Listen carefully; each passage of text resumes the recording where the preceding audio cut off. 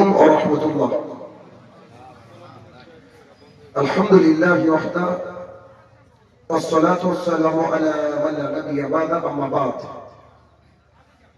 فإن خير الحديث كتاب الله وخير الهدي هدي محمد صلى الله عليه وسلم وشر الأمور محدثاتها وكل محدثة بدعة وكل بدعة ضلالة وكل ضلالة في النار.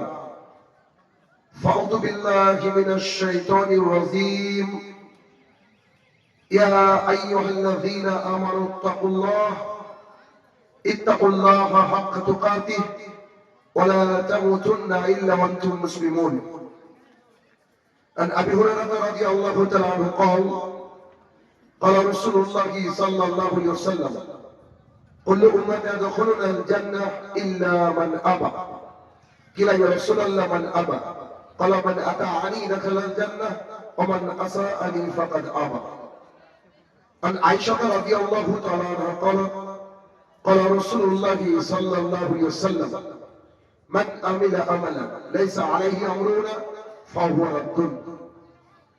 সম্মানিত উপস্থিতি, সর্বপ্রথম আল্লাহ সুবহানাহু ওয়া তাআলার বারগাহে শুকরিয়া জ্ঞাপন করব যে আল্লাহ তাআলা আমাদের হায়াত এবং মওতের মালিক, যে আল্লাহ তাআলা আপনাকে আমাকে এখানে সুস্থ শরীরে নিয়ে এসেছেন, যিনি বিচার দিবসের একক এবং একচ্ছত্র অধিপতি, সে রব্বুল ইজ্জাতের বারগাহে শুকরিয়া জ্ঞাপনার্থে আমরা সবাই মিলে বলি আলহামদুলিল্লাহ। অতঃপর সমগ্র মানব জাতির শিক্ষক, সমগ্র মানব জাতির পথ প্রদর্শক মুহাম্মদুর রাসূলুল্লাহ সাল্লাল্লাহু আলাইহি সাল্লামের উপর শতকোটি সালাত ও সালাম বর্ষিত হোক, আমরা বলি আল্লাহুম্মা আমিন। আজ অত্র এলাকায় আমার বক্তৃতার বিষয় রাখা হয়েছে সালাত। উক্ত বিষয় তথ্য এবং তত্ত্ববহুল আলোচনা করার চেষ্টা করব ইনশাআল্লাহুল আজিজ। সালাত এটা একটা আরবি শব্দ, যার বাংলা হিসাবে আমরা সবাই জানি নামাজ। যার বাংলা আমরা কি জানি বলেন? নামাজ। অথচ সালাতের বাংলা নামাজ নয়, নামাজ হচ্ছে ফার্সি শব্দ। নামাজ ফার্সি শব্দ। আমার সামনে উপবিষ্ট ভাইরা এবং পর্দার আড়ালে মায়েরা, সবার উদ্দেশ্যে আমি একটা কথা বলবো, আর তা হলো যে কোনো একটা জিনিস আমি জানি না, আমি একটা জিনিস জানি না, তার মানে যে সেই জিনিসটা ভুল এমনটা না। আমার জানার বাইরেও কিছু না কিছু থাকতে পারে, পাইতে পারে না। এই জন্য আমাদের আলোচনা শুনতে হবে অন্তরকে খুলে দিয়ে, উন্মুক্ত করে। যেই বক্তা যেই হোক না কেন, পৃথিবীর যে গ্রহ থেকে আসুক না কেন, যদি কোরআন এবং সুন্নাহ মোতাবেক আলোচনা করে, তো তার আলোচনা আমরা একবারে মাথা পেতে মেনে নেব ইনশাআল্লাহ। বলি কেমন? যেমন আপনাদের সামনে আমি একটা প্রমাণ করবো, কিন্তু সময় খুব স্বল্প, যে আমরা অনেক কিছু জানি না। দেখবেন দিয়ে তারপর আমি আলোচনা শোনাবো আপনাকে। অসংখ্য হাদিস শুনবেন আজকে, চাপ নেই। আচ্ছা, আপনারা সোশ্যাল মিডিয়ায়, টিভিতে, পেপার পত্রিকায় কারা কারা লাদেনকে দেখেছেন? লাদেনের ছবি হাত তুলে তো। লাদেন সবাই দেখেছেন, তাই তো? আচ্ছা, গুড।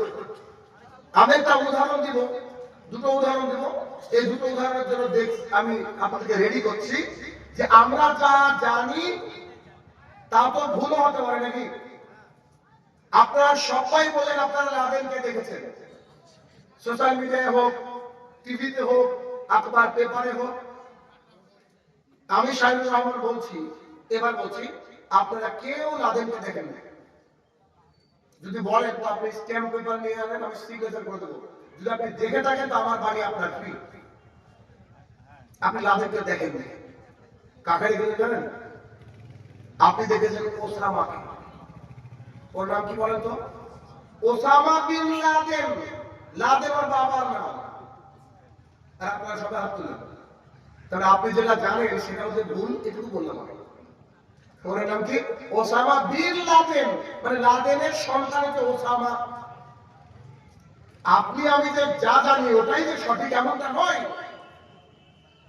আরেকটা কথা, সাইকেল চলে গ্রামে, সাইকেল চলে তো, এখন হঠাৎ করে দেখছেন চা পাটাই হাওয়া নেই, সাইকেলের দোকানে গিয়ে বলছেন ভাই একটু পাম্পারটা দেন তো, বলি কি বলি না? তো পাম্পার আমরা চাই, আসলে কি জানেন ওটার নাম পাম্পার নয়, ওটার নাম হচ্ছে পাম্প মেশিন। পাম্পার মানে যে পাম্প করেন আপনি নিজেই পাম্প করেন। আর নিজের উদাহরণ, রাস্তার উপরে উঁচু নিচু থাকে ওগুলোকে কি বলি বলেন তো? বাইক স্লো করার জন্য বাম্পার বলি না? আমি ইংরেজি পড়াই, আর আমার এই ভাইটাও ইংরেজি এমএ, মানে আমি ইংরেজির টিচার, উনি এখন ব্যবসায়িক। আমি গোটা বিশ্ব জুড়ে আল্লাহর রহমতের 5-6টা দেশ থেকে আমার কাছে ছেলেমেয়েরা পড়ে, আমি ইংরেজি পড়াই, ইংরেজি শিক্ষক। তো আমি আপনাকে বলছি অ্যাসিওর দিয়ে, আমরা যে বাম্পার বলি না, এই শব্দটা ইংরেজিতে নেই, এটা হচ্ছে বাম। কি বাম মানে উঁচু নিচু জায়গা, আমরা কি বলি বাম্পার, আমরা করে দিয়েছি। তো আমি এতটুকু কথার মাধ্যমে আপনাদেরকে বোঝাতে চাইলাম যে আমরা অনেক কিছু জানি, এটাই সঠিক, কিন্তু আদতে ওইটা সঠিক নয়। একটু পড়াশোনা করা লাগবে, কারণ পড়াশোনা করে কাজ হবে না। যেমন একটু আগে আপনারা শুনেছেন যে নামাজ হচ্ছে বাংলা না, এটা হচ্ছে ফার্সি শব্দ। হুজুর আসা জিজ্ঞাসা করেন বুঝে যাবে নামাজ ফার্সি শব্দ, আমরা বাংলা হিসেবে নিই, আলহামদুলিল্লাহ অসুবিধা নেই। আচ্ছা এবার আসেন, আল্লাহ সুবহানাহু ওয়া তাআলা মানব জাতিকে সৃষ্টি করেছেন, যুগে যুগে নবী রাসূলদেরকে পাঠিয়েছেন, কোন কোন নবী রাসূলের কাছে কিতাব পাঠিয়েছেন, মানে বই। সর্বশেষ নবী মুহাম্মদুর রাসূলুল্লাহ সাল্লাল্লাহু আলাইহি সাল্লাম, সাল্লাল্লাহু আলাইহি সাল্লাম এটা বলতে হবে, জানেন কি? হ্যাঁ জানেন? যদি না জানেন একটা হাদিস মাঝে বলি, কথায় কথা হাদিস বলি আপনাকে। দেখেন, আবু হুরায়রা আব্দুল্লাহ ইবনে মাসউদ রাদিয়াল্লাহু তাআলা আনহু বলেন, রাসূল সাল্লাল্লাহু আলাইহি সাল্লাম একদিন হঠাৎ করে খুতবা দেয়, যে মিম্বার আছে না কাঠের মসজিদে, ওই মিম্বারের প্রথম ধাপিতে উঠে বললেন আমিন। আশ্চর্য, কোনো কথা নেই, একটা ধাপিতে উঠে বলছে আমিন। একটু পরে তিনি দ্বিতীয় ধাপিতে উঠলেন, উঠে বলছেন আমিন, কোনো কথা নেই, শুধু আমিন। তারপরে তিনি 3 নম্বর ধাপিতে উঠলেন, উঠার পরে বলছেন আমিন। সাহাবায়ে কেরাম অবাক, আল্লাহ রাসূল সাল্লাল্লাহু আলাইহি সাল্লাম আপনি প্রত্যেকটা ধাপে উঠলেন আর আমিন বললেন, উঠলেন আর আমিন বললেন, ঘটনা কি আমাদেরকে খুলে বলেন। তখন রাসূল সাল্লাল্লাহু আলাইহি ওয়াসাল্লাম, শোনো, আমার কাছে জিবরাইল আলাইহিস সালাম এসেছিল, এসে বলছে যেই ব্যক্তি রমাদান মাস পেল, রমজান মাস পেল, কিন্তু নিজের গুনাহকে ক্ষমা করাতে পারলো না, মানে রোজা করতে পারলো না, ইচ্ছা করে ছেড়ে দিল। রামাজ মানে পুড়িয়ে ফেলা, রামাজান মানে যে মাসে আমাদের পাপগুলোকে কি করা হয়, পুড়িয়ে ফেলা হয়। তো রাসূল সাল্লাল্লাহু আলাইহি ওয়াসাল্লাম জিবরাইল এসে আমাকে বলছেন যে হে আল্লাহর রাসূল সাল্লাল্লাহু আলাইহি সাল্লাম, আপনি শুনুন, যে ব্যক্তি রমজান মাস পেল কিন্তু নিজের গুনাহকে ক্ষমা করাতে পারলো না, সেই ব্যক্তি ধ্বংস হোক। আর আমি মুহাম্মদ সাল্লাল্লাহু আলাইহি ওয়াসাল্লাম তখন বললাম আমিন। কথা বুঝতে পেরেছেন? রমজান মাস পেলে যে কোনো মূল্যে রোজা করতে হবে, যদি না করি আপনি আমি কি হব, আমরা ধ্বংস হয়ে যাব। এই দোয়াকে আমিন বলেছেন কে বলেন তো?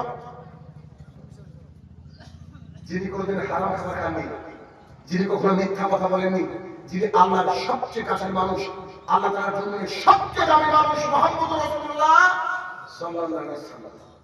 2, যে ব্যক্তির পিতামাতা জীবিত আছে, এরপরেও সে ব্যক্তি জান্নাত খুঁজতে পারলো না, সেই ব্যক্তি ধ্বংস হোক। পিতামাতাকে কষ্ট দেওয়া যাবে না বেটা। ছেলে বাবাকে তাড়িয়ে দিয়েছে আজকে 10 বছর হলো, আর এখন সরকার বলছে এসআইআর হবে 2002 সালে ভোটার লিস্ট করতে হবে। না, শুধু এসআইআর জন্য নয়, আল্লাহ তাআলার জমিনে পিতামাতাকে সম্মান করতে হবে সর্বোচ্চ।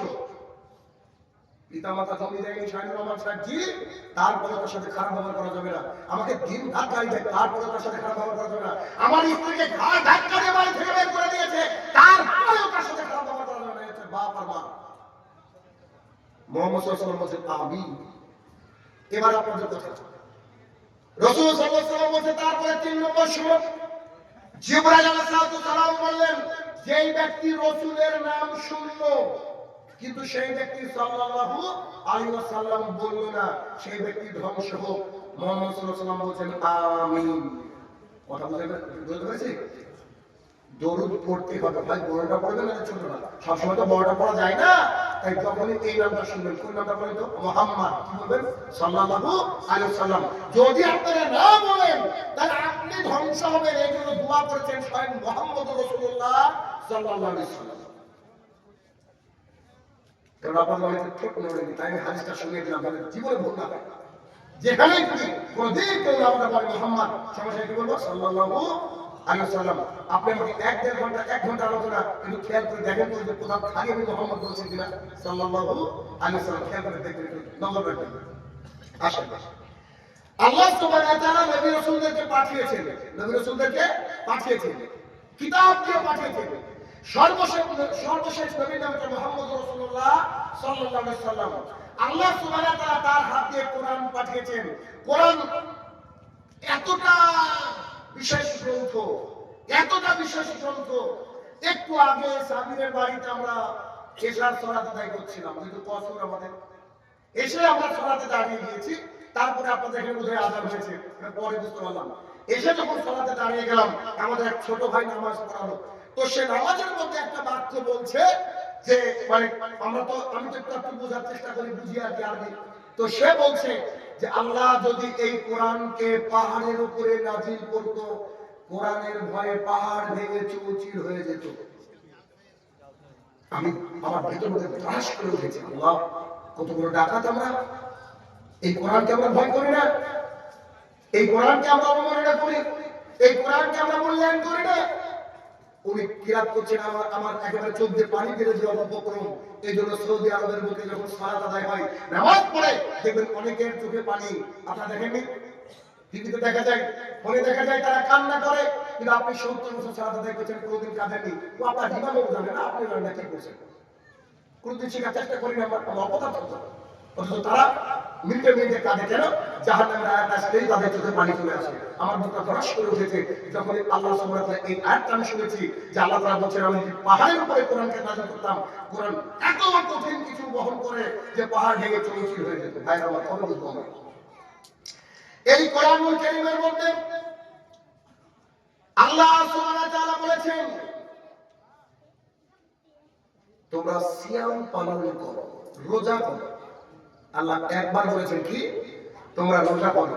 আমরা রমজান মাসে 30টা রোজা করি কি করি না? এমনকি ছোট্ট সন্তানকেও রোজা রাখার জন্য চেষ্টা করি কি করি না?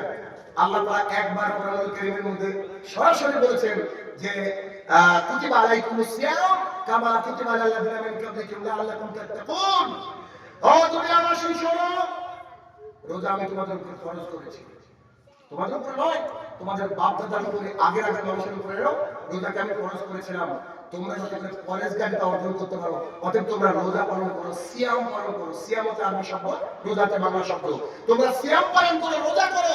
আল্লাহ সুবহানাহু ওয়া তাআলা সরাসরি বলেছেন একবার। আমার বিশ্বাস ভেতর থেকে, এখানে যতজন মানুষ বসে আছে কেউ আমরা রোজা ছাড়ি না, ঠিক না? কেউ রোজা ছাড়ি না, যত অসুস্থ হয় না কেন রোজা ছাড়ি না।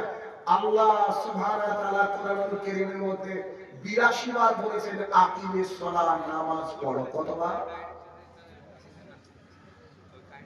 আজকে ফজরে কতজন ছিল? 4-5 জন, 10 জন, 4-5 জন, 10 জন।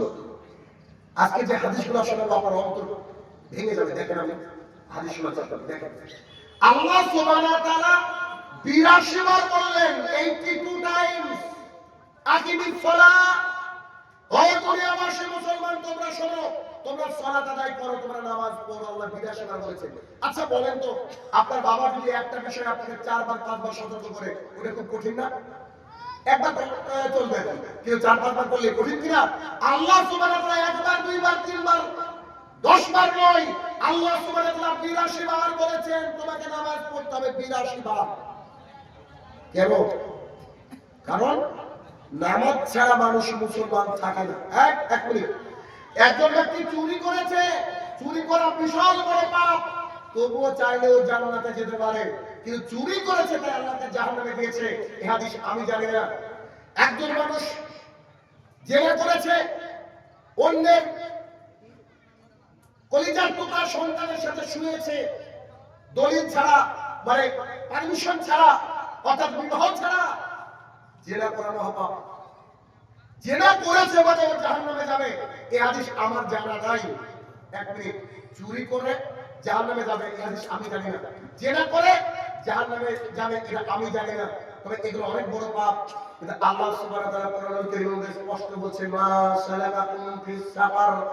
একদল মানুষকে জিজ্ঞাসা করা হবে, এই তোমরা আজকে জাহান্নামে আসলে কেন? ক্বালু, তারা সেই দিন বলবে, লাম নাকু মিনাল মুসাল্লিন, আমরা মুসল্লি ছিলাম না। কি ছিলাম না? বলে আমরা মুসল্লি ছিলাম না। সূরা মুদাসসির আয়াত 42 এবং 43। জনাব, আপনাকে আমি স্পষ্ট বুঝাতে পারবো, এই ক্ষমতা আল্লাহ আমাকে দিয়েছে, একটু আমি দেখাবো আপনাকে, একটু দেখেন। মুসল্লি কাকে বলে? আমাদের সমাজ মনে করে যে জুমাতে যায় সেও মুসল্লি, যে খেয়াল বসে নামাজ পড়ে সেও মুসল্লি, যে 5 ওয়াক্ত নামাজ পড়ে সেও মুসল্লি।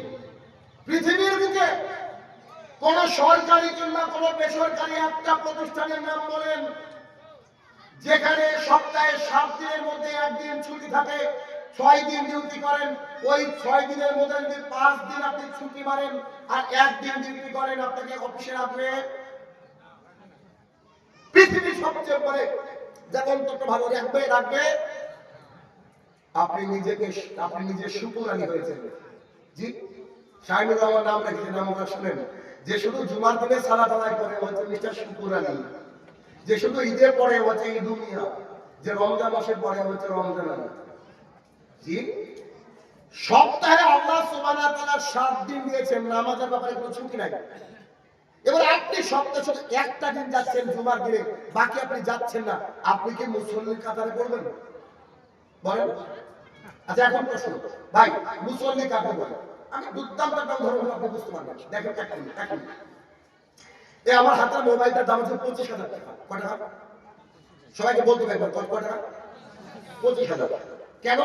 এর চেয়ে ভালো উদাহরণ আমি জানি না আছে। এক মিনিট, ক্যামেরা আছে পিছনে, একটা ব্যাটারি আছে, ডিসপ্লে, চার্জিং পোর্ট, সিম ঢোকানোর রাস্তা, 5টা জিনিস মিলে কি একটা মোবাইল। দাম কত?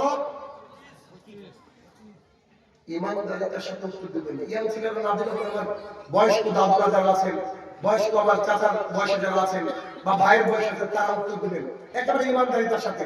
এই মোবাইলটার সব আছে, শুধুমাত্র চার্জ দেওয়ার ছোট্ট ফুটুটুকু নাই। কত টাকা দিয়ে দেবেন? চাচা বলছে কিচ্ছু লাভ নেই। আরেকটা বলছে কেউ নেবে না, তার মানে কেউ মোবাইল নেই না, তাই না? কেন ক্যামেরা ছিল না? সবই তো ছিল। ছোট্ট ফুটোর কারণে যদি 25,000 টাকার মোবাইল আপনার কাছে 0 টাকা হয়, তাহলে শুধুমাত্র জুমার দিনে সালাত আদায় করে আপনি মুসল্লি, আপনার মরা উচিত।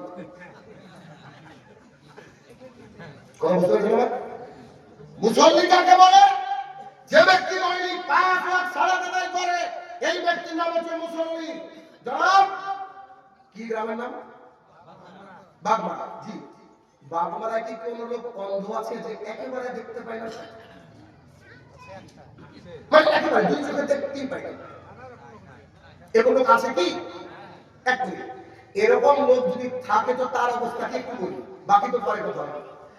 আব্দুল্লাহ ইবনে উম্মাহ মাকতুম রাদিয়াল্লাহু তাআলা আনহু বলেন, আল্লাহ রাসূল সাল্লাল্লাহু আলাইহি সাল্লাম বলছি, আমার বাড়ি, তারপরে কিছু খেজুর গাছ, তারপরে আপনার মসজিদ। আমার বাড়ি, তারপরে কিছু খেজুর গাছ, তারপরে মসজিদ। আল্লাহ রাসূল সাল্লাল্লাহু আলাইহি সাল্লাম, আমি 2 চোখে দেখতে পাই না, আমি অন্ধ মানুষ, কমপ্লিটলি ব্লাইন্ড, 2 চোখে দেখতে পাই না, আপনি আমাকে বাড়িতে নামাজ পড়ার অনুমতি দেন না? অন্ধ মানুষ।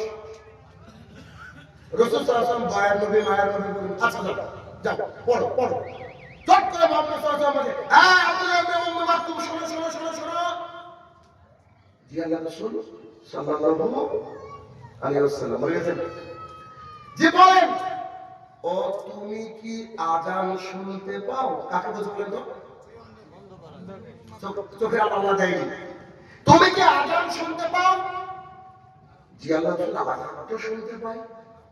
আজান তো শুনতে পাই। এই কথা আপনাকে আমি প্রশ্ন করবো না, কেন আপনার কাছে মাইক আছে, তখন মাইক থাকতে যাবে। তুমি কি আজান শুনতে পাও? তো জি জি জি, আমি তো আজান শুনতে পাই।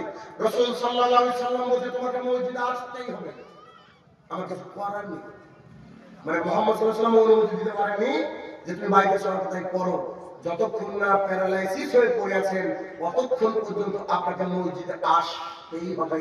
বিকল্প কোনো রাস্তাঘাট নাই, বিকল্প রাস্তা নাই।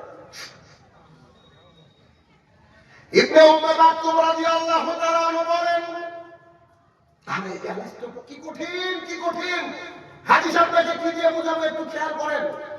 ইবনে উম্মে মাকতুম রাদিয়াল্লাহু তাআলা আনহু বলেন, রাসূল সাল্লাল্লাহু আলাইহি সাল্লাম একদিন মসজিদে আসলেন, এসে দেখছেন নামাজি একটু কম, নামাজি কম, যতগুলো হওয়ার দরকার ততগুলো নাই। তিনি ওখান থেকে বের হলেন, কিছু যুবককে নিলেন, যুবককে নিয়ে বলছে, শোনো, আমার মনের ইচ্ছা, আমার মনের ইচ্ছা যে তুমি একজন ইমামতি করো, মসজিদে একজন ইমামতি করো, আর আমার সাথে কিছু ইয়াং ছেলে আসো, ওরা কিছু পাটকাঠি, কাঠ, লাকড়ি সংগ্রহ করো। তো আল্লাহ রাসূল সাল্লাল্লাহু আলাইহি ওয়াসাল্লাম কি করবেন, যে যারা মসজিদে বসে মানে নামাজে আসেনি, আযান শোনার পরেও বাড়িতে বসে আছে, বাড়ি ঘর চালিয়ে যাবে। কি বলছেন মুহাম্মদ সাল্লাল্লাহু আলাইহি ওয়াসাল্লাম? আমি আপনাদের বোঝাতে পারবো না তিনি কেমন মানুষ। এই হাদিসটা যদি ভুলে যাই একটু মনে করে দিবেন তিনি কেমন, আর তিনি বাড়ি ঘর জ্বালিয়ে দিতে চাইছেন। ভাই বাড়ি ঘর জ্বালিয়ে দিতে চাওয়া মানুষ কি ভালো মানুষ হয়? বুঝলেন, সন্তান সমাজ হয়, তাই না? কিন্তু তিনি বাড়ি ঘর জ্বালিয়ে দিতে চাইলেন, কিন্তু তিনার চরিত্র একটু দেখে আপনাকে এক মিনিট। যায়েদ বিন হারেস রাদিয়াল্লাহু তাআলা আনহু বলেন, ওই হাদিস মনে করে দিবেন আমাকে পড়ে, রাসূল সাল্লাল্লাহু আলাইহি সাল্লাম এবং আমি যায়েদ বিন হারেস তাইফের ময়দানে গেলাম। আপনার হুজুরের বয়ান আপনার সামনে করেছে বোধহয়। তাইফের ময়দানে যাওয়ার পর হাদিস অনেক লম্বা। তিন ভাইয়ের কাছে দাওয়াত নিয়ে গেলেন, তিন ভাইরা খুবই অপমান করলেন, খুবই অপমান করলেন। অপমান মানে কেমন অপমান জানেন?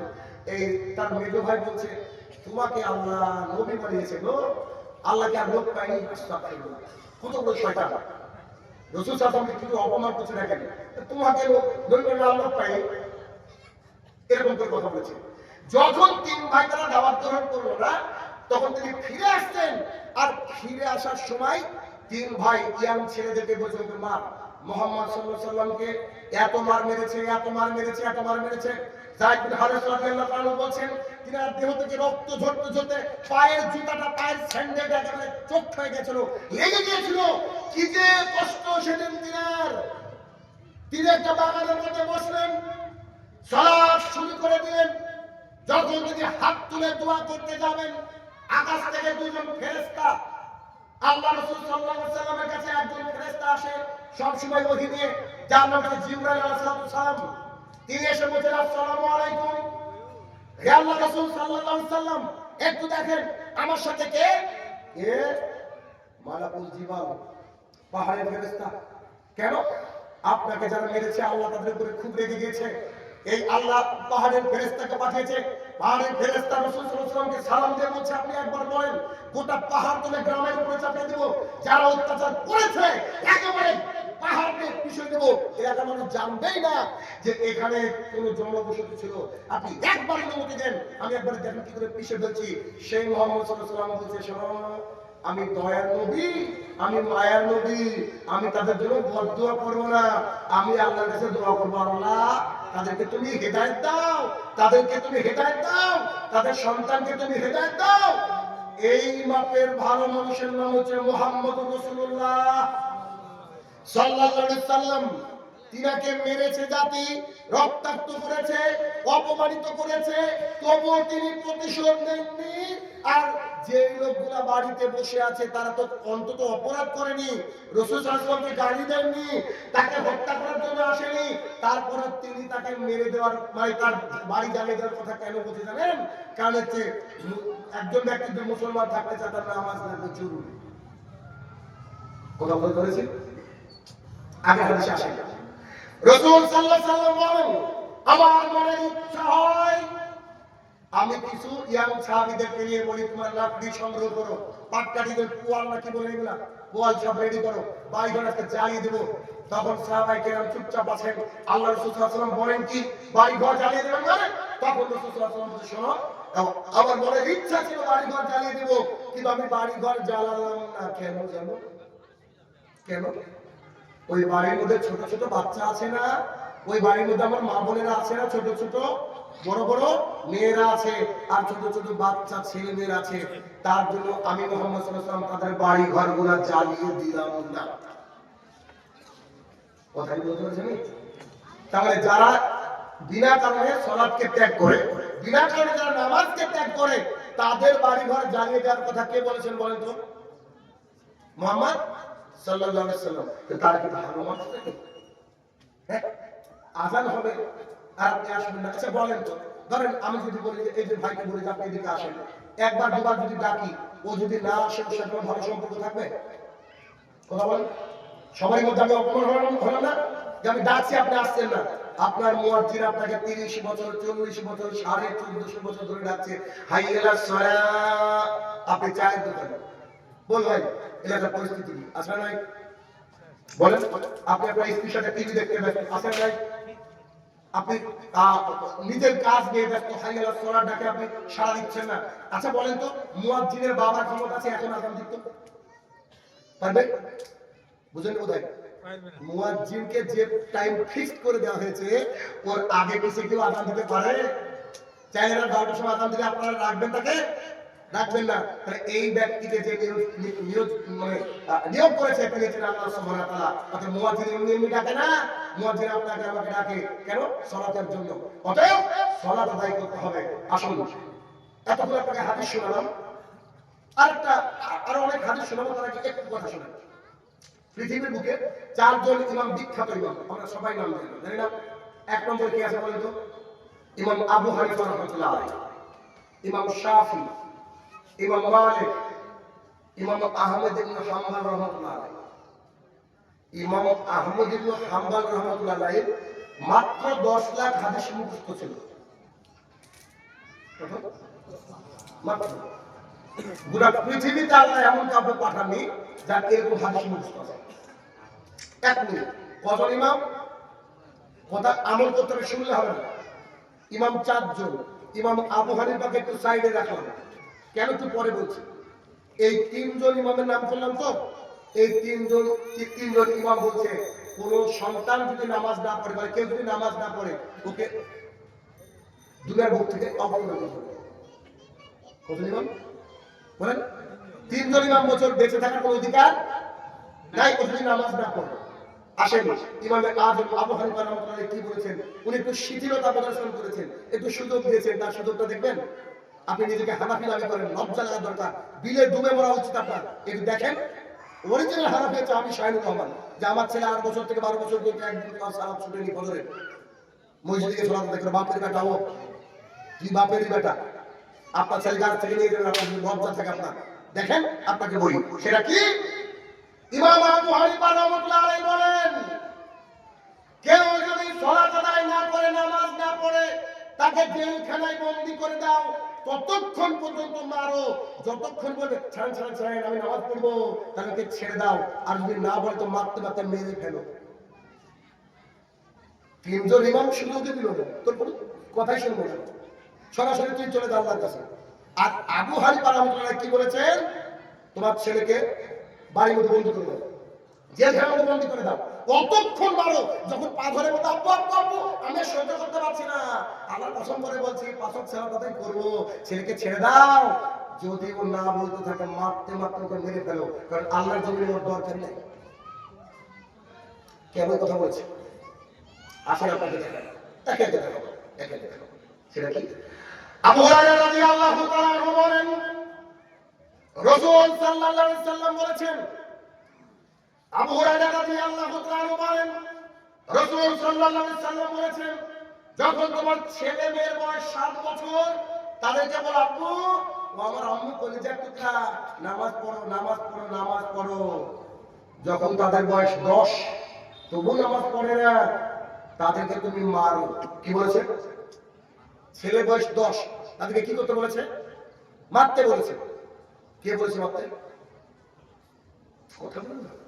মুহাম্মদ সাল্লাল্লাহু আলাইহি ওয়াসাল্লাম। এক মিনিট, তার ব্যাপারে আরেকটু কথা বলি। আবু হুরায়রা রাদিয়াল্লাহু তাআলা আনহু বলেন, একদিন আমরা মুহাম্মদ সাল্লাল্লাহু আলাইহি ওয়াসাল্লামের পিছনে নামাজ পড়ছি, তিনি ইমাম মুক্তাদি। হঠাৎ করে দেখছি সিজদায় যাওয়ার পর আর উঠেই না। লম্বা সিজদা। আমরা খুব ভয় পেয়ে গেলাম। আল্লাহ রাসূল সাল্লাল্লাহু আলাইহি ওয়াসাল্লামের কি কিছু হয়ে গেল নাকি ওহী আসছে, ঘটনা কি? আমরা টেনশনে পড়ে গেলাম। অনেকক্ষণ পর দেখছি মাথা তুললেন আল্লাহু আকবার বলে, তারপরে তিনি সালাম ফিরালেন। আমরা সঙ্গে সঙ্গে বললাম, আল্লাহ রাসূল সাল্লাল্লাহু আলাইহি ওয়াসাল্লাম, আপনার কি হয়েছিল? এত লম্বা আপনি সিজদা করলেন কেন? এত লম্বা সিজদা করলেন কেন? আমরা তো ভয় খেয়ে গিয়েছিলাম যে কি না কি হয়ে গেল নাকি, এত লম্বা সিজদা করলেন কেন? তখন তিনি বলছে, আরে সে কথা বল না, আমি যে এই সিজদায় গিয়েছি, আমার নাতি হুসাইন এসে আমার কাঁধের উপরে চড়েছে। ও মনে করেছে আমি ঘোড়া আর ও হচ্ছে ঘোড়ার চালক। তো ও যখন পিঠের উপরে চড়েছে, আমি ভাবলাম যদি উঠি তো পড়ে যাবে, তো ভাবলাম বাচ্চা ছেলে তো খেলা করছে, করুক। যেই ব্যক্তি বাচ্চাদের প্রতি এত ভালোবাসা যার, তিনি বলছেন আপনার বাচ্চাকে মারতে হবে। আপনি বুঝতে পারছেন কি বলছেন আমি? অথচ আপনি খুব ভালো মানুষ, একটা বাচ্চা ছেলে যদি মসজিদ থেকে চিৎকার করে, ওকে এমন ধমক মারবেন, ও কিয়ামত পর্যন্ত মসজিদের মুখী হবে। আচ্ছা নাই? অনেকে আছে, আমি তো আমার মসজিদে আমি বলেছি, বাচ্চা আসবে যা খুশি করবে, এটাই ভবিষ্যতের মুসল্লি। সহ্য করেন, অসুবিধা নেই। বাড়িতে সহ্য করেন না, মসজিদে সহ্য করেন না, আল্লাহর ঘর। আরেকটা হাদিস। আনাস ইবনে মালিক রাদিয়াল্লাহু তাআলা আনহু বলেন, কিছু ব্যক্তি রাসূল সাল্লাল্লাহু আলাইহি ওয়াসাল্লামের কাছে দেখা করতে আসলেন। যখন মসজিদে ঢুকছেন, তখন রাসূল সাল্লাল্লাহু আলাইহি ওয়াসাল্লাম একটা বাচ্চাকে ধরে চুমু দিচ্ছেন। আপনারা দেন চুমু বাচ্চাকে, ছোট বাচ্চাকে ধরে চুমু দিচ্ছেন। তখন জনৈক ব্যক্তিকে দেখা করতে গেছেন, কি ব্যাপার, আপনারা বাচ্চাকে চুমু দেন? আপনারা বাচ্চাকে চুমু দেন? তখন রাসূল সাল্লাল্লাহু আলাইহি ওয়াসাল্লাম উত্তরটা শুনুন, দুর্দান্ত উত্তর। তিনি বলেন, কারোর অন্তর থেকে যদি আল্লাহর রহমত তুলে নেয় তো আমরা কি করব? কারো অন্তর থেকে যদি আল্লাহর রহমত তুলে নেয় তা আমরা কি করব? মানে যার অন্তরে রহমত আছে, ভালোবাসা আছে, কিন্তু তুমি খাবেই না সন্তানকে, এটা স্বাভাবিক। আরে তোমরা কি চুমু খাও না? ছি, তোমরা মানুষ। যেই ব্যক্তি ছোট ছোট বাচ্চাকে চুমু খেতেন, তিনি বলছেন আপনার বাচ্চার বয়স 10, ওকে মারতে হবে। কেন? সালাতটা কতটা গুরুত্বপূর্ণ জানেন? কারণ সালাতটা কত গুরুত্বপূর্ণ যে হাদিস আমি বলবো কিছু বারবার এখন বলিনি, এখন আপনাকে বলবো। এক মিনিট। একটা লোক 5 লাখ টাকা জোগাড় করলো, অনেক কষ্ট করে হজ করতে গেল।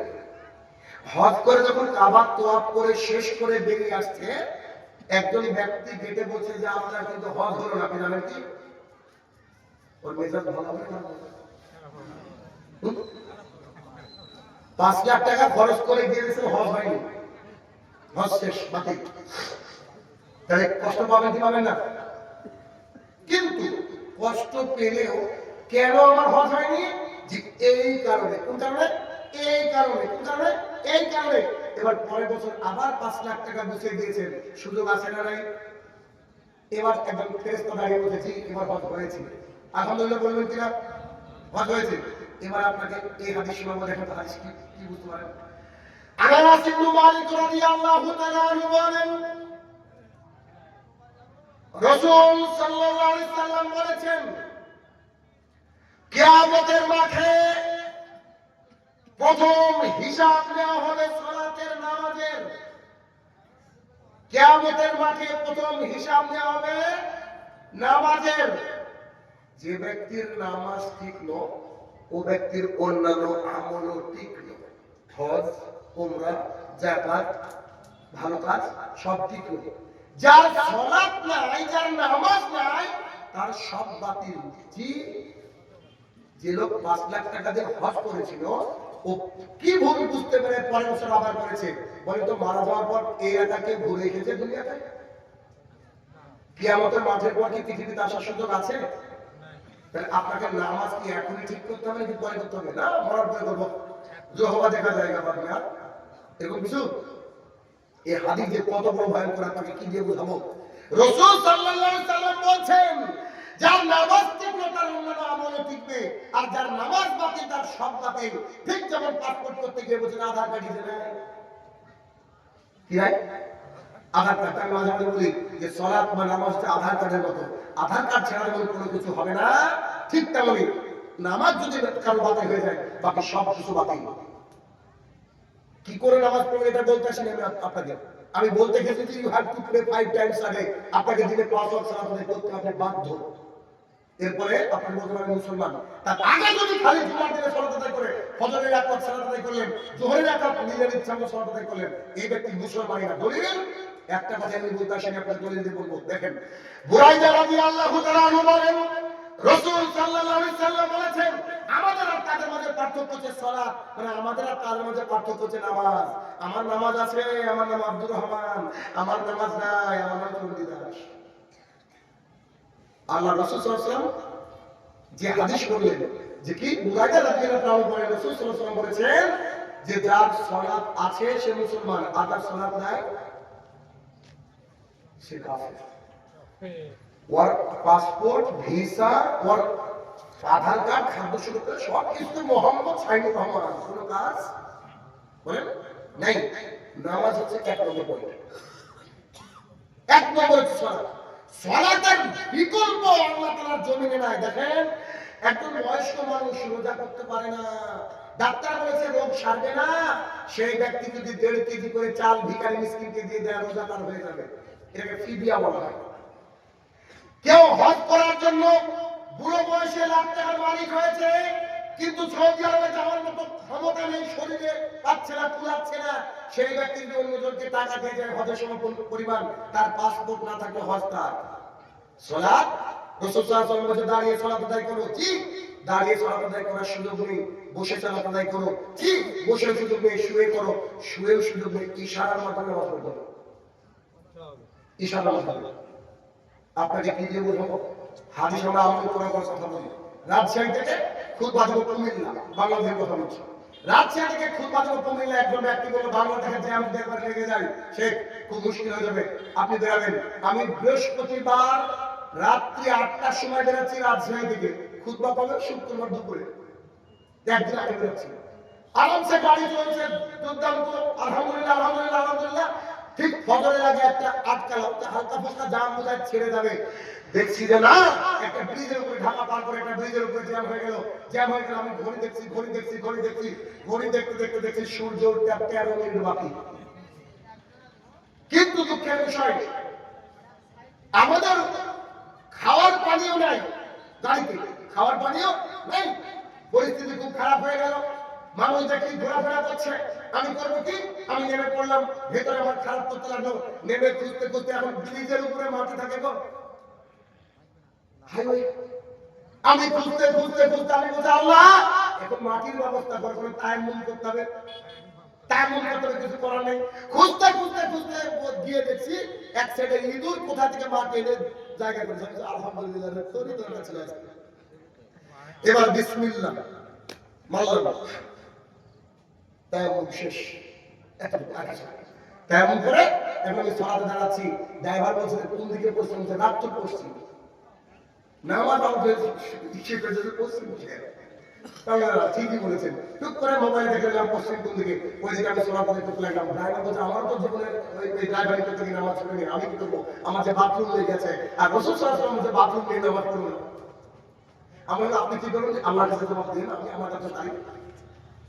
চাচা আপনার বাসা বললেন সালাতের ব্যাপারে, নামাজের ব্যাপারে আমি আমার একটা ছোট্ট উদাহরণের মাধ্যমে বোঝাতে চাইলাম। আপনি মাঠে থাকেন, নদীতে থাকেন, এরোপ্লেনে থাকেন, ব্যাংকে পেশাব পায়খানা করে ফেলেছেন, কিচ্ছু নাই, এমনি এমনি সালাত আদায় করতে হবে। কেন? আল্লাহ রাসূল সাল্লাল্লাহু আলাইহি ওয়াসাল্লাম যুদ্ধের ময়দানে পালাতে পালাতে নামাজ পড়তে হবে, ইশারা আমাদের করতে হবে। নিজেকে নামাজে তৈরি করবেন। আমি আপনার হাদিস দিয়ে কথা বলছি। আবু হুরায়রা রাদিয়াল্লাহু তাআলা আনহু বলেন রাসূল সাল্লাল্লাহু আলাইহি ওয়াসাল্লাম বলেছেন সালাতের নীতি, নামাজের নীতি 3 ভাগে বিভক্ত। 1 পবিত্রতা ওযু, 2 রুকু, 3 সুজুদ সিজদা। 25 মিনিটে 20 রাকাত তারাবি করে আল্লাহকে বুঝে তারাবি করলাম, বাস খাওয়ার জন্য রেডি থাকি। কথা বলছেন আমার কথা? তারাবি মানে কি জানেন? এক মিনিট, আমি যদি বলি আস্তে আস্তে আইসক্রিম খেলাম, কি গরম, বুঝতে পারবেন? আইসক্রিম গরম হয়, আসলে তো বুঝতে পারবেন আইসক্রিম গরম হয়, আরে আইসক্রিম মানে তো ঠান্ডা। তারা দেখেছে তার ধাতু থেকে, যার মানে ধীরে ধীরে ধীরে ধীরে স্লোলি স্লোলি পড়তে হবে। ইমাম সাহেব এই যখন এই পড়াচ্ছে কি নাম ইশার নামাজ পড়ছে, তখন বলছে আলহামদুলিল্লাহি রাব্বিল আলামিন আর রহমানির রহিম মালিকি ইয়াউমিদ্দিন। যে তারা দেখেছে আলহামদুলিল্লাহি রাব্বিল আলামিন আর রহমানির রহিম মালিকি ইয়াউমিদ্দিন, কে কাকে সময় এবার রাইফেলের গুলির গতি। হ্যাঁ ভাই আমার নামাজের সময় খেলতে আমার সাথে বলেন কেন? এই হাদিস যেটা পেশ করলাম আপনার সামনে, এই হাদিসের মধ্যে কি রয়েছে? সালাতের নেকি 3 ভাগে বিভক্ত। এক ওযু, আর এই ওযু কিন্তু সুন্দরভাবে করতে হবে, তাড়াহুড়া না। 2 রুকু, সুন্দর করে রুকুতে যেতে হবে। 3 সুজুদ, সেজদায় সুন্দর করে সময় দিতে হবে। এরপর আপনি সালাতের পূর্ণাঙ্গ নেকি পাবেন। এরপর আপনি সালাতের পূর্ণাঙ্গ নেকি পাবেন। এবার আপনাকে আমি একটু কঠিন কথা বলবো, একটু কঠিন কথা। কি? 1 মিনিট। এই গ্রামের রাস্তা কোথায়? না গ্রামের রাস্তা এটা কি? আচ্ছা এইটা, আচ্ছা এটা ধরে নিন। আপনাদের জীবনে এই রাস্তার উপরে দাঁড়িয়ে সকাল 10টা 11টা বা 12টা একটার সময়, তাই না? একটার সময় এইখানে দাঁড়িয়ে একটা ছেলে আর একটা মেয়ে জেনা করছে, দেখেছেন? দিনে দুপুরে করে এগুলা, বাড়ি ঘরের সামনে করে, দেখেছেন? দেখেন? আচ্ছা দেখেন। 2 এইখানে দাঁড়িয়ে বেলা 1:30টার সময় একজন লোক চুরি করছে, দেখেছেন? দেখেন। এইখানে দাঁড়িয়ে একজন লোক হেরোইন খাচ্ছে, মদ খাচ্ছে, দেখেছেন? দেখেন। চুরি কি এলাকায় হয়? আচ্ছা হয়। জেনা হয়, তারপর আপনার চুরি হয়, জেনা হয়, মদ্যপান করে। কিন্তু আপনারা প্রকাশ্যে বেলা 1:30টার সময় রাস্তা দেখেনি, বললেন তাই না? কিন্তু হয় তো এলাকায় দেখেননি, কিন্তু এলাকায় হয়। আচ্ছা এই দৃশ্য দেখেছেন?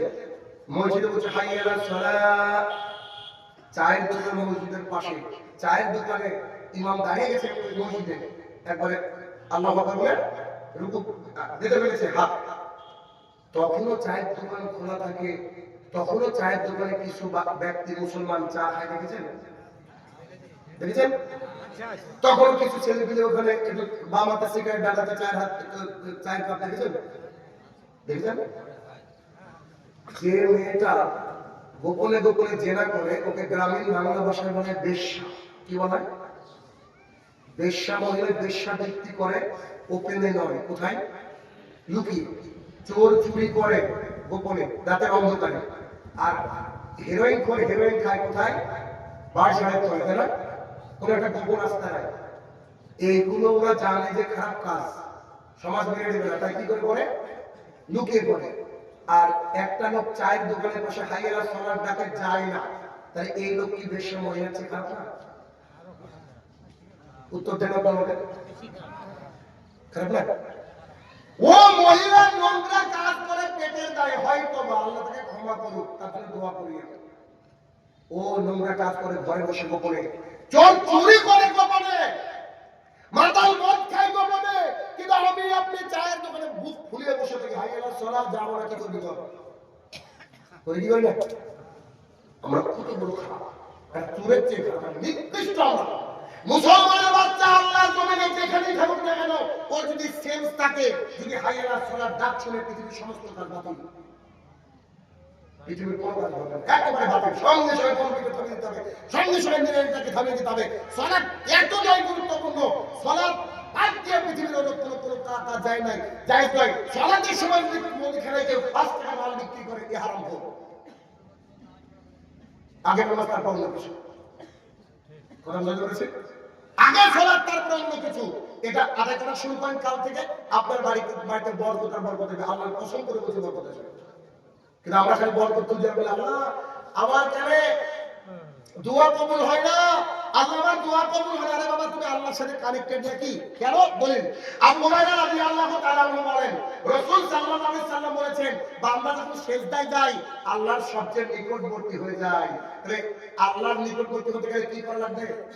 এই কপালটাকে জমিন নামক কাগজের উপরে সিগনেচার করাতে হবে দিনে 5 বার।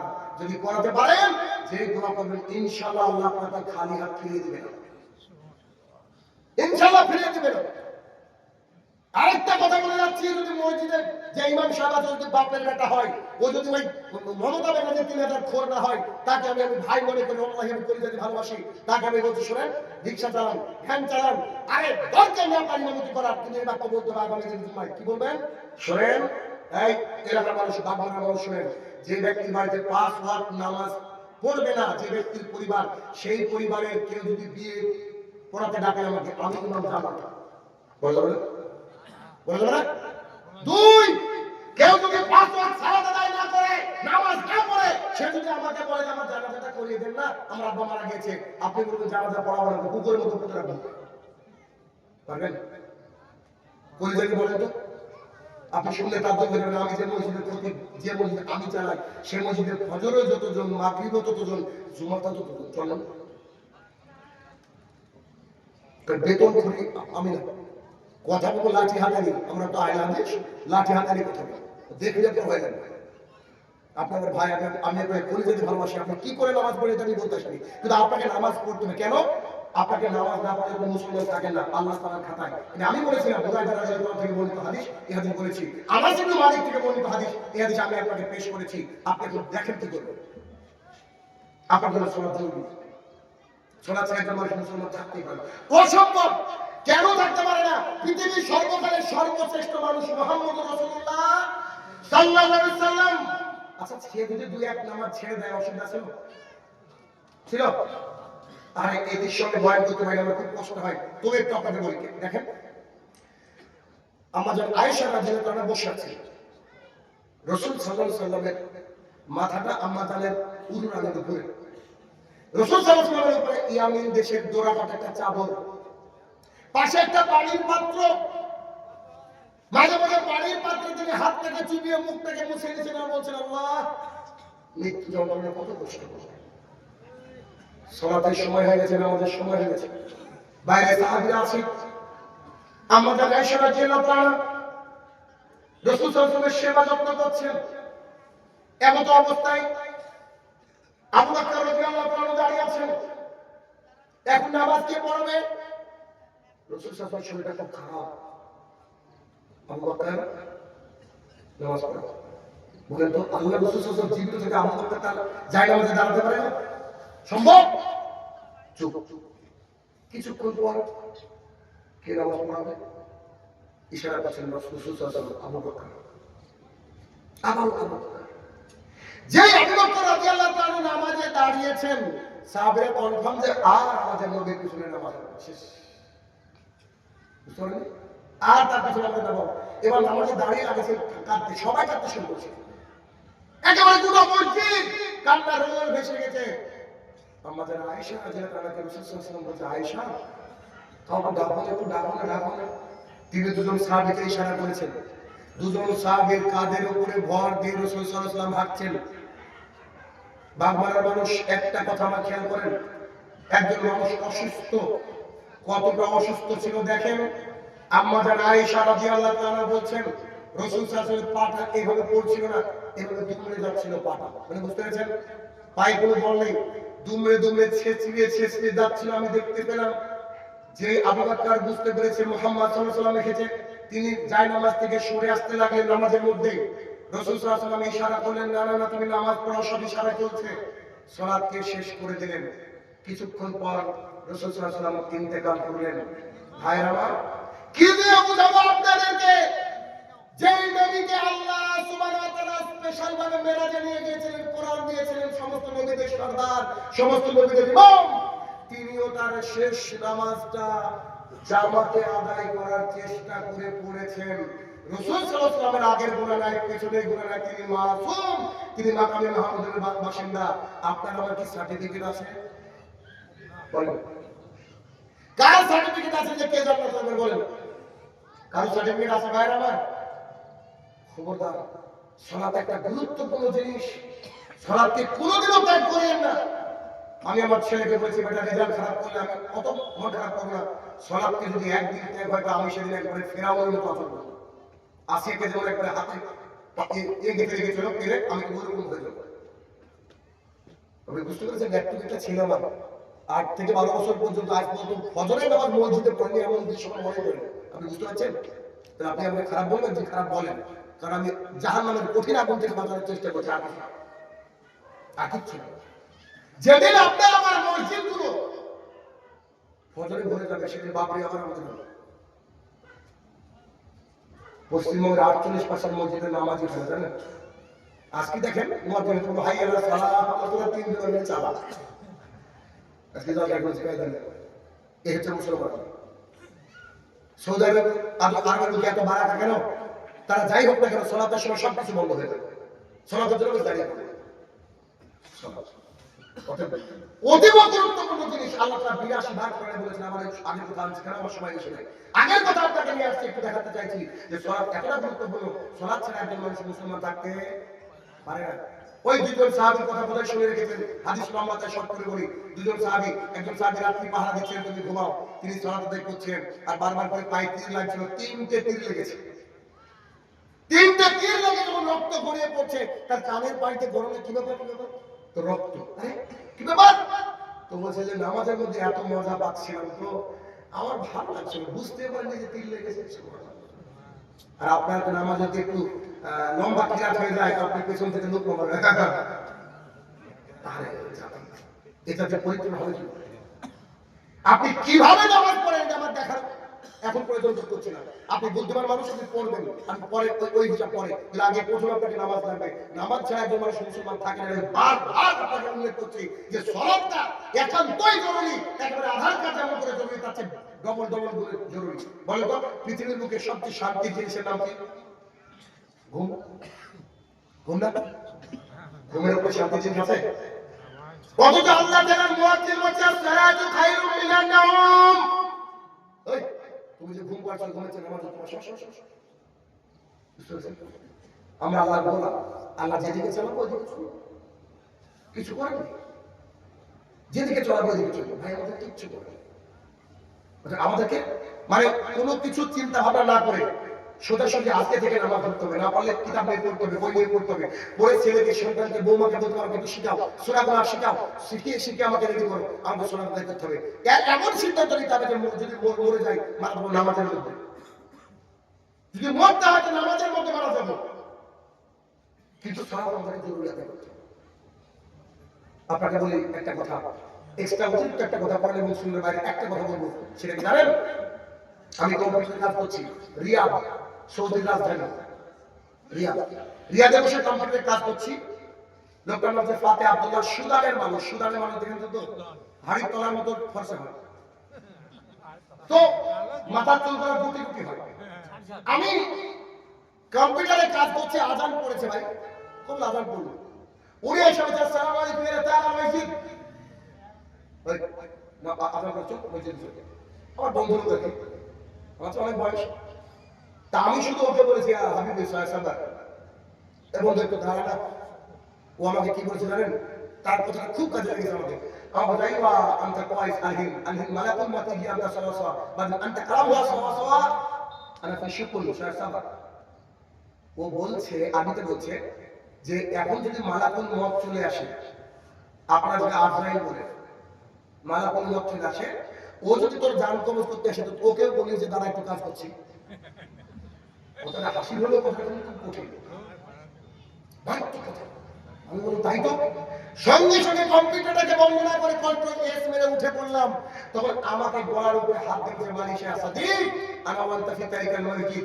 এখন তুই আর আমি মসজিদের রাস্তায়, এখন যদি মালাকুল মওত আসে অন্তত পক্ষে আমরা বলতে পারবো এই আসরের নামাজ পড়ার জন্য যাচ্ছি, এই হিসাবটা আল্লাহ না নেয়। কোন বুঝতে পেরেছেন? আর দুটো হাদিস শুনেন। আবু হুরায়রা রাদিয়াল্লাহু তাআলা বলেন রাসূল সাল্লাল্লাহু আলাইহি সাল্লাম বলেছেন, যখন কিয়ামতের মাঠে আমাদের প্রতিপালক আল্লাহ তাআলা আসবেন, আল্লাহ তাআলা তার নিজের পায়ের গোছা উন্মুক্ত করবেন। মুমিনরা চিনতে পারবে, চিনতে পারার সাথে সাথে সিজদায় উঠে পড়বে। এক শ্রেণীর মানুষ যারা সিজদা করতে যাবে পিঠটা কাঠের মতো শক্ত হয়ে যাবে, উল্টে উল্টে পড়ে যাবে। সাহাবায়ে কেরাম বলেন তারা কারা? তারা হচ্ছে মুনাফিক। জি, তারা কারা? তারা মুনাফিক। এই হাদিসটা এখানে আনার পেছনে কারণ কি এবার শুনুন। আবু হুরায়রা রাদিয়াল্লাহু তাআলা আনহু বলেন রাসূল সাল্লাল্লাহু আলাইহি সাল্লাম বলেছেন যারা মুনাফিক তাদের কাছে ভারী হচ্ছে এশার নামাজ আর ফজরের নামাজ। অনেকে কিছু ভারী না, ফজরে উঠতে পারি না। তোমার মায়ের অপারেশন করতে যেতে হবে, সেদিন তো সবাই উঠতে পারবো? তোমাকে বহরম করে কলকাতা ট্রেন ধরতে হবে, সেদিন তো মিট যায় না। বারবার করে অ্যালার্ম বেজে গেল, তুমি দেখো। এখানে রাসূল সাল্লাল্লাহু আলাইহি ওয়াসাল্লাম বললেন ওরা হচ্ছে মুনাফিক, বা তাদের মধ্যে মুনাফিকের অন্যতম একটা বৈশিষ্ট্য লুকিয়ে আছে, যাদের যে ঈশার নামাজ আর ফজরের নামাজ ভারী করে। সালাতের ফজিলত আজকে আপনাকে বলা হয়নি। আপনাকে যত দূর বলেছি, আমি কি বলেছি? সালাত আপনাকে আদায় করতে হবে, নামাজ পড়তে হবে। নামাজ পড়া ছাড়া মানুষ মুসলমান থাকতে পারে না। এই মুসলমান সমাজের সবচেয়ে বড় ঘাটতির জায়গা হচ্ছে সালাত, নামাজ। আজকে থেকে নামাজ শুরু করেন, আল্লাহ একেবারে পরিবারের সময় দিয়ে দেবেন ইনশাআল্লাহ। কথা বলতে পারলেন? অথবা আলোচনা আমি লম্বা করবো না, দুটো ঘোষণা দিব ছোট্ট। সেটা হচ্ছে এক নম্বর ঘোষণা, এই যে বইটা দেখছেন এটা হচ্ছে প্রশ্নোত্তরে সিরাতুর রাসূল সাল্লাল্লাহু আলাইহি ওয়াসাল্লাম। আমরা জলঙ্গিতে ঈদুল ফিতরের পরের দিন একটা পরীক্ষার আয়োজন করছি, যে পরীক্ষার নাম হচ্ছে ট্যালেন্ট সার্চ এক্সাম। এই পরীক্ষায় অংশগ্রহণ যারা করবে 8 থেকে 16 বছর পর্যন্ত জাতি ধর্ম সবাই, প্রথম prize 12,000, second prize 10,000, third prize 8,000, 100 জন সান্ত্বনা পুরস্কার। 17 থেকে 40 বছর পর্যন্ত যে কোনো মানুষ আলেম নিতে পারে, জাতি ধর্ম নির্বিশেষে। First prize 15,000, second prize 12,000, third prize 10,000। এরা কুইজ প্রতিযোগিতার মতো করছি। এই বইটা থেকে প্রশ্ন করা হবে, 100টা এমসিকিউ পাবে, টিক মার্ক। এই বইটা কিসের উপরে লেখা? মুহাম্মদ সাল্লাল্লাহু আলাইহি ওয়াসাল্লামের যে জীবনী, সব মুসলমানের জানা উচিত। মানুষ তো পড়ে না, তাই সিদ্ধান্ত নিয়েছে এই বইটা বের করলাম, সংকলন করেছি আমি। এই বইটা বের করলাম। তো এই বই থেকে প্রশ্ন হবে 1063টা কোশ্চেন করেছি। রাসূল সাল্লাল্লাহু আলাইহি ওয়াসাল্লাম কত বছর বেঁচে ছিলেন? জি, 1063টা কোশ্চেন করেছি। পুরো পশ্চিমবঙ্গ থেকে ইনশাআল্লাহ পরীক্ষা দিবে, এখনো সময় আছে। এই বইটা এই আপনাদের সাবিরের কাছে রাখছি, মানে আমাদের প্রত্যেক জেলায় জেলায় কারো না কারোর কাছে রাখবো, তার কাছ থেকে নিয়ে নেবেন। যদি পরীক্ষা দেন তবু নেবেন, পরীক্ষা না দিলে তবু নেবেন। এখানে অনেক কিছু জানতে পারবেন। এই বইটা এখন না, আপনি আপনার মতো নিয়ে যাবেন। আমার গাড়িতে 2 টাকা দিতে পারেন। এটা একটা দিক গেল। কেন? আমরা চাইছি যে রাসূল সাল্লাল্লাহু আলাইহি ওয়াসাল্লাম সম্পর্কে মানুষ জানুক, তার প্রতি ভালোবাসা হোক, তার জন্য দাড়িটা রাখুক, মানে ভালোবাসার জন্য দাড়িটা রাখুক, প্যান্টটা টাকুর উপরে পড়ুক। সালাতের আযান হয়ে গেলে পৃথিবীর সমস্ত কাজকে রেখে যেন মসজিদে চলে আসে। পৃথিবীর সবচেয়ে বড় মানে ভালো মানুষ যিনি, আল্লাহ রাসূল সাল্লাল্লাহু আলাইহি ওয়াসাল্লাম, তিনি যেন সবাই অনুমোদন হতে পারে। এটা একটা উদ্দেশ্য, এক নম্বর। 2 নম্বর উদ্দেশ্য, টিফিন একটা তাড়াতাড়ি দিয়ে দিন ভাই, আমার পরে বক্তাকে ডিস্টার্ব করবেন না। মুসলমান তো খালি খাওয়া খাওয়া কিছু বুঝি না, জানো নেন খেলেন। পরের হচ্ছে দেখেন, এই বইটা আমার লেখা বই, আমার লেখা অনেকগুলো বই আছে আল্লাহর রহমতে। এইটা যে স্পোকেন ইংলিশ, বাচ্চাদেরকে ইংরেজি শেখানোর পশ্চিমবঙ্গের সেরা বই বলতে পারেন, আলহামদুলিল্লাহ। শুধুমাত্র ইংরেজি শিখবে না, এর মধ্যে অনেক কিছু শিখবে। জাযাকাল্লাহু খায়রান শব্দের অর্থ কি, মা ছেলে ফজরের নামাজকে কথা বলছে। আমি ব্যাচ পড়াই, আমার আবার এপ্রিল থেকে ব্যাচ শুরু হবে। আপনাদের স্বাধীন কিন্তু আমার ছাত্র, জানেন তো, ওর মোবাইলের দোকান আছে, ওর সাথে পরিচয় আমার কমার্স স্টুডেন্ট হিসাবে, এখন বন্ধুর মতো হয়ে গেছে আমরা। তো আপনারা চাইলে আমার গাড়িতে আছে, বইটা নিতে পারেন, খুবই এসেন্সিয়াল কাজে লাগবে। আর ওইটাতে অংশগ্রহণ করার চেষ্টা করবেন ইনশাআল্লাহ আজিজ। আমি আলোচনা শেষের দিকে আসি। আল্লাহ এতক্ষণ যে আলোচনা করলাম বাবু, শুধুমাত্র এই এলাকার মানুষকে বা যারা সোশ্যাল মিডিয়ার মাধ্যমে শুনছে তাদেরকে নামাজি করার লক্ষ্য, অন্য কোনো ভিন্ন উদ্দেশ্য নয় বাবু। সবাই যেন আজকের পর থেকে আমরা যতদিন বাঁচবো সেই সালামতে সঠিকভাবে সালাত আদায় করতে পারি, নামাজ পড়তে পারি। আল্লাহ তুমি সেই তৌফিক দান করো, আমরা বলি আল্লাহ আমিন। হে আমার প্রতিপালক, যেসব ভাইরা এই আয়োজন করেছে দিন ইসলামের মাহমুদ, এই আয়োজনের মধ্যে তুমি বারাকা নাযিল করো, আল্লাহ আমিন। হে আমার প্রতিপালক, গোটা পৃথিবীর সমস্ত সংবাদ পেলেও 3.5 গর্তের সংবাদ আমরা পাই না, অর্থাৎ কবরের। আল্লাহ, কবরে যারা শায়িত তারা যদি ক্ষমার যোগ্য হয়, আল্লাহ তুমি তাদেরকে ক্ষমা দান করো, আল্লাহ আমিন। হে আমার প্রতিপালক, যারা আজকে দূর দূরান্ত থেকে এসেছে মাবুদ, সবাইকে তুমি দিনের জন্য খালেস ভাবে কবুল করে নিও আল্লাহ আমিন। হে আমার প্রতিপালক, আমরা যেন কোরআন এবং সুন্নাহ মোতাবেক আমাদের জীবনকে পরিচালনা করতে পারি, আল্লাহ তুমি সেই তৌফিক দান করো আল্লাহ আমিন। আসসালামু আলাইকুম ওয়া রাহমাতুল্লাহি ওয়া বারাকাতুহু।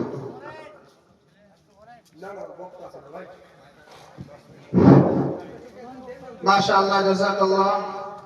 অসংখ্য